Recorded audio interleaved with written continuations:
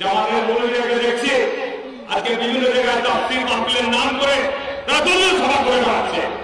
এটি মুনাফিকি, এটি জামাতের সাথে কথা বলা। কিন্তু মেনে করতে পারে না। আপনি তাফসীর করবেন, কোরআন হাদিসের আলোচনা করবেন। আমি বেশ কয়েকটি তাফসীর আলোচনা রেকর্ড আছে। তাফসীর করতে গিয়ে আপনারা সেখানে হাত তুলেছেন, ইসলামের পক্ষে কারা কারা আছেন হাত তুলে। তো স্বাভাবিক আমি একজন মুসলমান, আমি ইসলামের পক্ষে থাকবো। কে কে তারপরে হাত তুলে বলছেন কারা কারা বুলবুলের পক্ষে আছে হাত তুলে। তাফসীরে বসে এই ধরনের আলোচনা এটি মুনাফিক বিষয় নয়।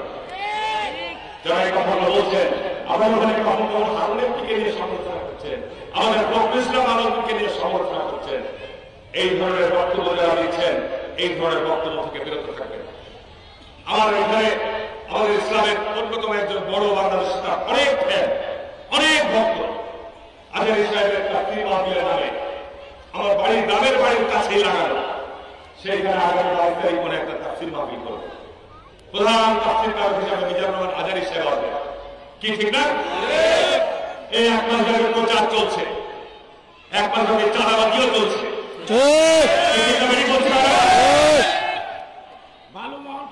সমস্ত জায়গায় চাঁদাবাজি চলছে, ব্যাংকে চাঁদাবাজি, শিল্প কলকারখানায় চাঁদাবাজি, মানুষের বাড়ি বাড়িতে চাঁদাবাজি। ওটাকে তাফসীরে হচ্ছে আমি মিজানুর রহমান আজহারী ভাইকে অনুরোধ করবো, আপনি এখানে জনতার সামনে হিসাব দেবেন, বিভাগীয় সমাবেশ করবেন জামাতের। তাফসীর মাহফিলের নাম করে কেন? ওই তাফসীরের সভাপতিত্ব করছেন জামাতের আমির আবু জাকির ভাই, ঠিক। প্রধান অতিথিকে নুরুল ইসলাম বুলবুল। তো ভাই এটা তাফসীর না জামাতের তাফসীর? দেখলে কি মানুষ বোকা? মানুষ কি চাল সিদ্ধ করে ভাত খায় না, না চাল চাপিয়ে ভাত খায়? এই সমস্ত বিষয় সম্পর্কে জনগণ অত্যন্ত সজাগ আছে, এই বিষয়গুলো সম্পর্কে অত্যন্ত সজাগ আছে জনগণ।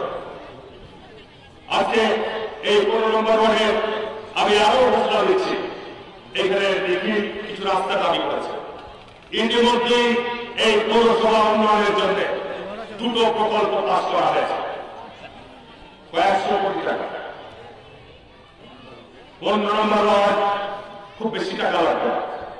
যে কটা রাস্তার কথা বলেছেন ইনশাআল্লাহ আল্লাহ যদি সহায় হয়, আল্লাহ সহযোগিতা দেন, ইনশাআল্লাহ রাস্তাগুলো আমি সফল করব।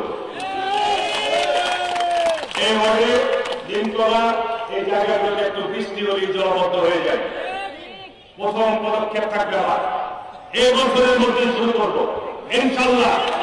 এই বছরের মধ্যে শুরু করার পরিকল্পনা রয়েছে। এই পৌরসভার জলবদ্ধতা দূর করার জন্য বিরাট বড় প্রকল্প তৈরি করছি, 17 কোটি টাকার প্রকল্প তৈরি করছি গোটা পৌরসভাকে জলবদ্ধতা দূর করার জন্য।